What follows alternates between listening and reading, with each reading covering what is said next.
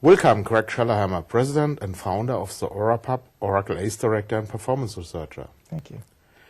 As a performance analyst, the understanding and resolving of the event-free buffer weights can considerably help to increase the performance. Can you tell us how?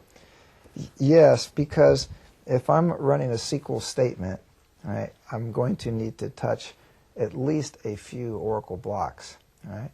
And if I have to go to the I/O subsystem to get some of those blocks, and then I have to find a place for them in the buffer cache, and that takes too long to find a place for them in the buffer case and the buffer cache, I will stop and yell out free buffer weight. So I don't want that to happen.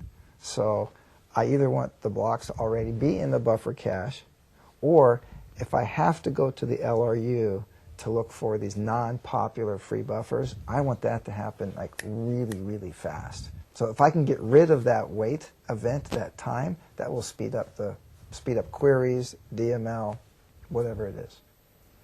Okay. It's a possibility to grow up the buffer cache?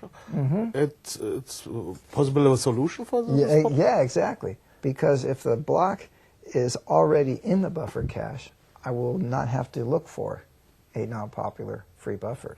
So I will it's impossible for me to get a free buffer weight if the block is already in the buffer cache. Okay, but now the new hardware come with like Exadata or other things come with many flash memory.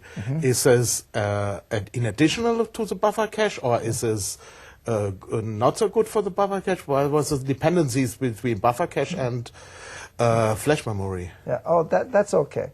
The bottom line is for this wait event is that it will only happen. There's other things that must occur, but for it to happen, the block cannot be in the buffer cache. So if I have a bigger buffer cache, regardless of the type of memory, if I'm more likely to find it in the cache, I'm less likely to get a free buffer weight. Okay. Could you please tell us about your other methods of performance tuning? Yeah, sure. There's the way that I diagnose a system. I first need to know, is it an overall system problem, or is it like a really just intense but short-lived kind of an incident? It just happens like randomly and then it goes away. Those are the hardest to actually solve. So I need to find out whether it's overall or whether it's very specific incident. Okay? And then once I know that, there's two basic approaches. One, I can create a model kind of or a framework of the system using a time-based analysis. So I want to know where the time is being spent, where Oracle processes are consuming CPU and why they're waiting. That's one way to do that. And then once I kind of divide and segment the time into different categories, I will look for the areas that have a lot of time. It's like a magnet, right? It's like, it draws me to that. And then my solutions will go exactly at those big chunks of time to try and reduce the time.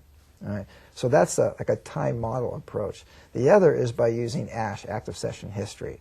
And that's very good when there's a very short-lived incident that does not affect all the users. It could just affect maybe one, maybe a handful of users. With ASH, I can drill right into a specific session and what the issue is that they're having in ways that I cannot do with like an AWR report or the time model. So I want to be good at both of those techniques, but before I can decide which technique to use, I need to understand, is everybody experiencing the issue, or is it just a few users that are experiencing the issue?